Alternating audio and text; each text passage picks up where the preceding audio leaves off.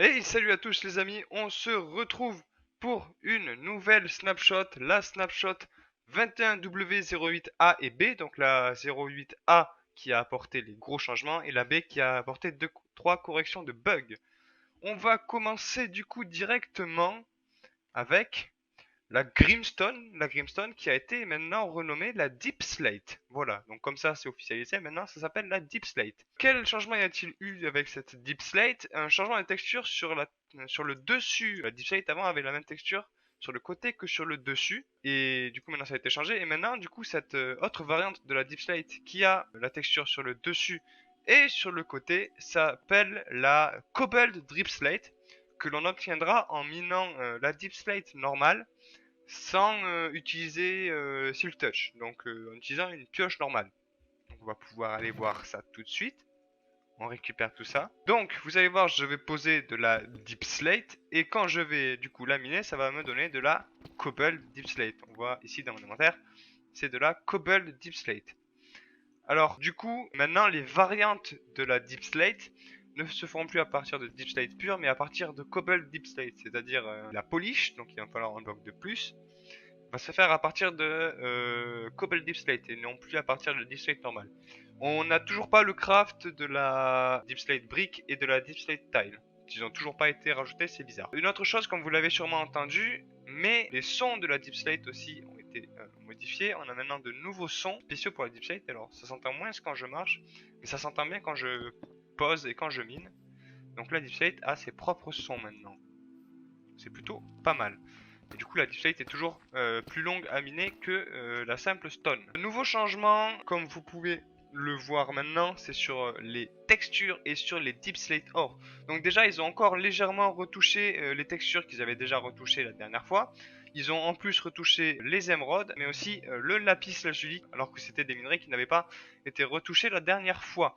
Et on peut voir du coup qu'ils ont aussi ajouté les variantes en Deep Slate de tous ces minerais. Alors pas de tous, on voit qu'il n'y a pas de variante pour l'émeraude, le coal et le copper. Pourquoi? Parce que c'est des minerais qui ne sont pas censés se retrouver dans la couche où on retrouve de la deep slate. Ils ont aussi fait encore des retouches à la blackstone, mais ça se voit vraiment pas beaucoup. Donc on va pas en parler des masses ici. En parlant des minerais, ils ont encore légèrement modifié les niveaux de génération des minerais dans le monde. Alors je vais pas autant les détailler que la dernière fois. Cette fois-ci, je vous mets le graphique à l'écran. On peut voir maintenant qu'il y a une couche optimale en profondeur où on va retrouver pas mal de diamants et de redstone, mais aussi on va retrouver la plupart des autres minerais, notamment le fer, le lapis et l'or.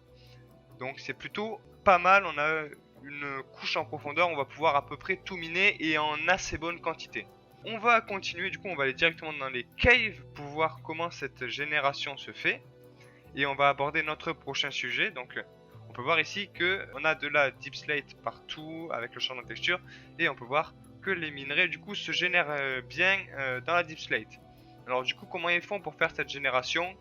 En gros, lors de la génération, quand le minerai va remplacer le bloc, il check quel bloc c'est. Si c'est un bloc de stone qui le remplace, il va prendre la texture de base avec la stone. Si c'est un bloc de deep slate, il va prendre la texture de base avec la texture deep slate. Du coup, on peut voir que ça se génère plutôt bien. On a du fer ici, de la redstone là. On a toujours la texture de top qui est un peu différente chez la deep slate que chez les deep slate ore.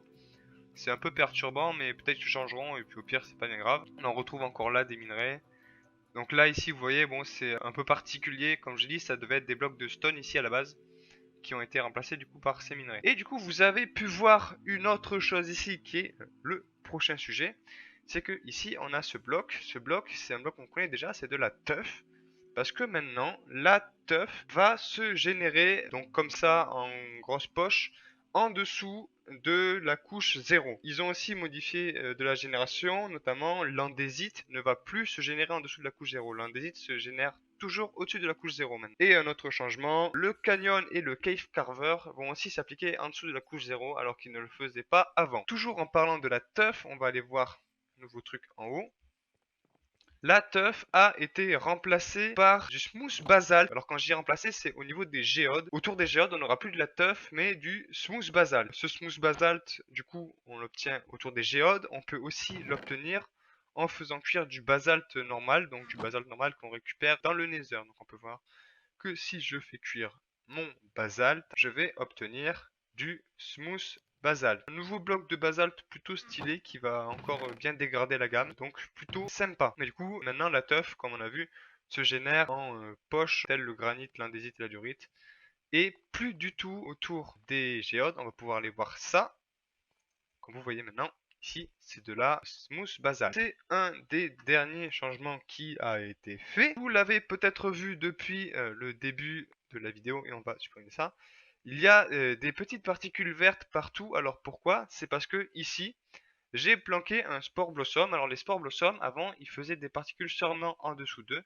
Mais maintenant, ils vont aussi avoir des particules dans une zone tout autour d'eux. Donc comme vous voyez là, j'ai des particules qui apparaissent, c'est grâce au spore blossom. Alors je sais pas quel est le rayon de distance maximum d'apparition, mais de ce que je vois, ça a l'air d'être une bonne dizaine de blocs. Et le dernier changement notable, encore une fois, c'est sur l'inventaire de créatifs. Ils ont ajouté le slime et le honey. Enfin, ils l'ont ajouté à la section redstone. Avant, ils étaient dans les sections, alors bloc de déco, il me semble, ou bloc de construction. Ils n'avaient rien à faire là et on se paumait toujours. Maintenant, ils ont enfin été ajoutés à la section redstone, là où ils sont le plus utiles. Il y a aussi eu 2-3 changements encore sur la génération des caves. Mais honnêtement, c'est des choses un peu compliquées qui sont pas très détaillées sur Minecraft Net, qui est ma source principale. Je vous conseille très fortement d'aller voir la vidéo de Xizuma Void si ça vous intéresse vraiment tous ces changements sur la génération. Dans tous les cas, c'est tout pour cette snapshot 21W08A et B. Je vous dis au revoir et on se retrouve bientôt pour un prochain épisode. Normalement, ça devrait sûrement être les premiers épisodes de Across the Time 2 avec Phantom. J'espère. Dans tous les cas, je vous dis au revoir et je vous fais plein de gros bisous. Ciao, ciao, ciao.